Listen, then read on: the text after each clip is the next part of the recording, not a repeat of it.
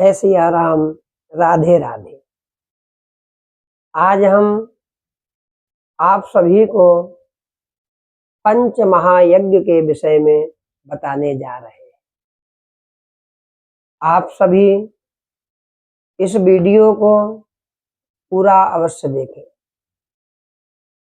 पंच महायज्ञ कौन कौन से होते हैं,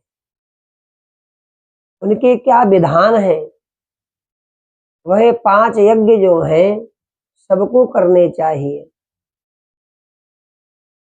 आइए पंच महायज्ञ के विषय में हम आपको जानकारी दे रहे हैं। सृष्टि के कार्य का सुव्यवस्थित रूप से संचालन और सब जीवों का यथायोग्य भरण पोषण 5 श्रेणियों के जीवों की पारस्परिक सहायता से संपन्न होता है। वे 5 हैं: देवता, ऋषि, पितर, मनुष्य और पशु पक्षी आदि भूत प्राणी। देवता संसार भर में सबको इष्ट भोग देते हैं। ऋषि मुनि सबको ज्ञान देते हैं। पितर संतान का भरण पोषण करते हैं, रक्षा करते हैं और कल्याण कामना करते हैं। मनुष्य कर्मों के द्वारा सबका हित करते हैं और पशु पक्षी वृक्षादि सब जीवों के सुख के लिए अपना आत्मदान देते रहते हैं। इन 5 के सहयोग से ही सबका निर्विघ्न जीवन निर्वाह होता है। अतः प्रत्येक व्यक्ति पर इन 5 के ऋण हैं: देव ऋण, ऋषि ऋण, पितृ ऋण, मनुष्य ऋण और भूत ऋण।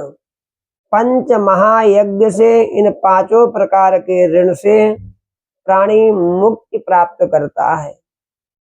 अतः प्रत्येक मनुष्य को प्रतिदिन निम्नलिखित रूप से पंच महायज्ञ संपन्न करने चाहिए।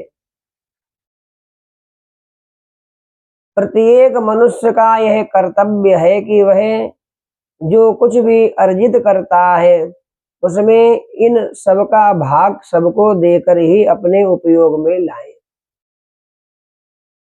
जो मनुष्य सब जीवों को उनका उचित हिस्सा देकर बचा हुआ खाता है, अपने उपयोग में लाता है, वही अमृतासी अमृत खाने वाला है। जो ऐसा ना करके केवल अपने लिए कमाता है और अकेले ही खाता है, वह पाप खाता है। गीता जी में भगवान कहते हैं, यज्ञ शिष्टा सिन्हा संतो मुच्यन्ते सर्व किल विषयी भुंजते ते त्वघम पापा ये पंचन्त्यात्म कारणात्। 3 अध्याय में 13वां श्लोक है। यज्ञ से बचे हुए अन्न को खाने वाले श्रेष्ठ पुरुष सब पापों से मुक्त हो जाते हैं और जो पापी लोग अपना शरीर पोषण करने के लिए ही अन्न पकाते हैं, वे तो पाप को ही खा जाते हैं। पंच महायज्ञ के अनुष्ठान से समस्त प्राणियों की तृप्ति होती है। पंच महायज्ञ करने से अन्नादि की शुद्धि होती है, सदा पापों का क्षय होता है। अतः पंच महायज्ञ करके ही गृहस्थों को भोजन करना चाहिए। इसके संपन्न करने से धर्म, अर्थ, काम और मोक्ष की प्राप्ति होती है। पंच महायज्ञ में सबसे पहला यज्ञ होता है ब्रह्म यज्ञ। वेद, पुराण, रामायण, महाभारत आदि इतिहास ग्रंथों के अध्ययन, अध्यापन, स्वाध्याय को ब्रह्म यज्ञ कहा जाता है। जो हम लोग रामायण जी का पाठ करते हैं, वेद का पाठ करते हैं, इतिहास पुराण का पाठ करते हैं, इसी को ब्रह्म यज्ञ कहा जाता है। ब्रह्म यज्ञ करने से ज्ञान की वृद्धि होती है, ज्ञान अर्जन होता है। इसके संपन्न करने से व्यक्ति ऋषि ऋण से मुक्त हो जाता है। दूसरा यज्ञ होता है देव यज्ञ। अपने इष्ट देव की उपासना तथा परब्रह्म परमात्मा के निमित्त अग्नि में किए गए हवन को देव यज्ञ कहते हैं। जो आप लोग यज्ञ में आहुति प्रदान करते हैं, प्रजापतये स्वाहा, इंद्राय स्वाहा, इसको कहते हैं देव यज्ञ। देव ऋण से उऋण होने के लिए देव यज्ञ करना परम आवश्यक होता है। प्रत्येक सनातन प्रेमी को, प्रत्येक भारतीय को नित्य यज्ञ में आहुति अवश्य प्रदान करनी चाहिए। जिन घरों में नित्य यज्ञ होता है उनको देव ऋण नहीं लगता है। देवताओं को आहुति अवश्य प्रदान करनी चाहिए और विशेष रूप से गैया के घी से ही यज्ञ करना चाहिए। भारतीय देसी गाय का घी हो और यज्ञ में आहुति प्रदान करिए। प्रजापतये स्वाहा, इंद्राय स्वाहा, देवता प्रसन्न होते हैं। सब लोगों को नित्य यज्ञ अवश्य करना चाहिए। तीसरा यज्ञ होता है भूत यज्ञ। भूत यज्ञ में क्या होता है? कृमि, कीट, पतंग, पशु पक्षी आदि की सेवा को भूत यज्ञ कहते हैं। इन सब की भी सेवा करनी चाहिए। कृमि, कीट, पतंग, पशु पक्षी आदि की सेवा यह भी करना चाहिए। परंतु इसका मतलब यह नहीं है कि कुत्ता को अपने घर में बैठा लो, बिल्ली पाल लो। सबका स्थान होता है। कुत्ता आपको पालना है तो घर के बाहर स्थान बनाओ, बढ़िया से पालो।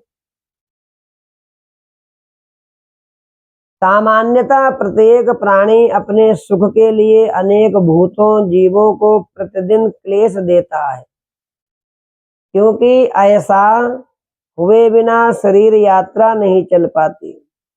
अतः भूतों जीवों से उऋण होने के लिए भूत यज्ञ करना आवश्यक है। भूत यज्ञ से कृमि, कीट, पशु पक्षी आदि की तृप्ति होती है। चौथा यज्ञ होता है पितृयज्ञ। पितरों के निमित्त तर्पण करना तथा श्राद्ध आदि करना पितृयज्ञ कहलाता है। यह भी सभी मनुष्यों को नित्य करना चाहिए। जिनके माता पिता जीवित हों उनको अपने माता की जीवित अवस्था में ही सेवा करना चाहिए। यह भी पितृयज्ञ है। पितृयज्ञ के रूप में कम से कम पितृ तर्पण प्रतिदिन अवश्य करना चाहिए। इससे समस्त लोकों की तथा पितरों की तृप्ति होती है। इससे लोक में यश, धन, वैभव तथा संतान प्राप्ति का सुख प्राप्त होता है। जिसको संतान की प्राप्ति नहीं हो रही है उनको मानना चाहिए कि हमारे पितृगण जो हैं अवश्य रुष्ट हो गए, क्योंकि पितरों की कृपा और करुणा से ही संतति की प्राप्ति होती है। पितरों की सेवा जीवित अवस्था में सेवा करो। जब हमारे माता पिता हमारे बीच में ना रहे तो मरने के बाद भी सेवा करो। पिंडदान के द्वारा, जलदान के द्वारा ब्राह्मणों को भोजन कराओ, श्राद्ध करो पितरों के। इससे क्या होगा? हमारे पितृगण जो हैं वह प्रसन्न हो जाएंगे। तर्पण का फल, जो नित्य अपने माता पिता के लिए तर्पण करता है, एक एक पितर को तिल मिश्रित जल की 3-3 अंजलियां प्रदान करनी चाहिए। एक पितर का 3 अंजलि जल देना चाहिए अंगूठा के बगल से पितृ तीर्थ से। इस प्रकार तर्पण करने से जन्म से आरंभ कर तर्पण के दिन तक किए पाप उसी समय नष्ट हो जाते हैं। तर्पण ना करने से प्रत्यवाय पाप क्या है? ब्रह्मादि देव एवं पितृगण तर्पण ना करने वाले मानव के शरीर का रक्त पान करते हैं, और जब पितृ रुष्ट हो जाते हैं तो ऐसा रक्त पान करते हैं प्राणी पगला जाता है।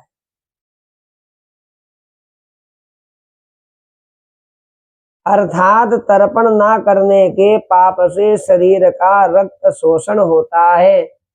ऐसा शोषण करते हैं पितृगण, सब रक्त चूस जाते हैं, ऐसी बीमारी देते हैं कि मनुष्य की रिपोर्ट में कुछ निकलता ही नहीं।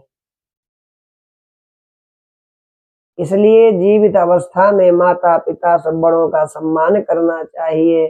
जब हमारे बीच में ना रहे तो जल के द्वारा, पिंड के द्वारा ब्राह्मण भोजन आदि करा के अपने पितरों को अवश्य प्रसन्न करना चाहिए।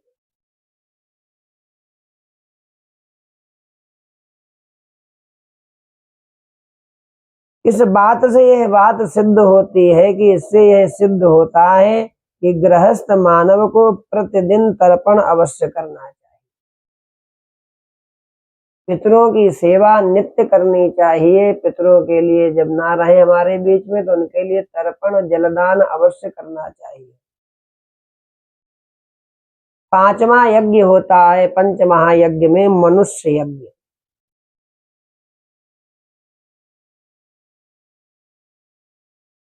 भूख से अत्यंत पीड़ित मनुष्य के घर आ जाने पर उसकी भोजनादि से की जाने वाली सेवा को मनुष्य यज्ञ कहते हैं।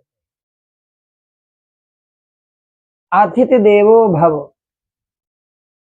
जब हमारे घर में कोई आता है तो उसको जब हम बढ़िया सेवा करते हैं तो उसी को कहते हैं मनुष्य यज्ञ। आजकल तो घरों में देखा जाता, कोई आ जाए तो व्यक्ति ऐसा मुंह बनाता है कुछ कहने। घर में कोई आ जाए तो बड़ी प्रसन्नता से उसको बैठाना चाहिए। जो भी भगवान की कृपा करुणा से आपके घर में अन्न है वह परोसना चाहिए, बढ़िया सेवा करके उनको विदा करना चाहिए। अतिथि देवो भव। अतिथि क्या है? देवता है।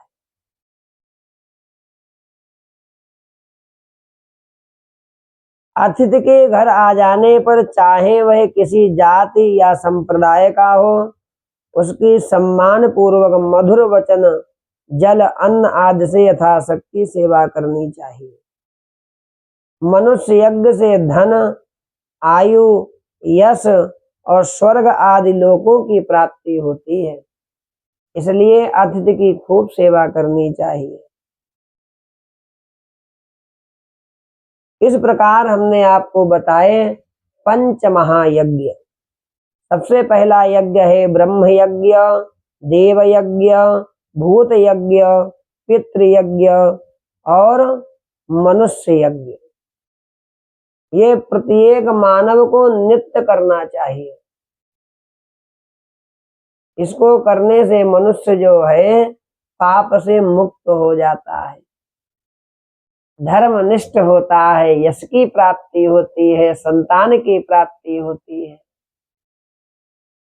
इन पंच यज्ञों को नित्य करें और भी अपने मित्र गणों को भी बताएं इन पंच यज्ञों के विषय में।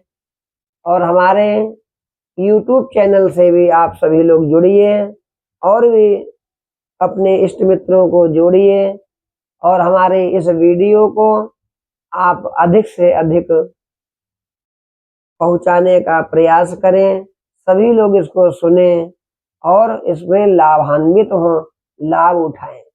जय श्री कृष्ण। राधे राधे।